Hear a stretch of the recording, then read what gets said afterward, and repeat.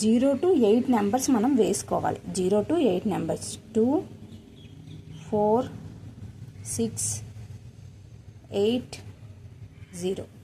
Next second స్టెప్లో కూడా second కాలంలో కూడా సేమ్ 2 4 6 8 0.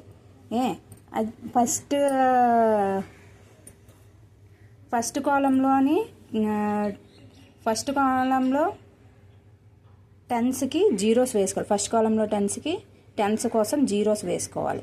0 0 యాక్సెప్ట్ లాస్ట్ కాలం ఇక్కడ 1 వస్తుంది.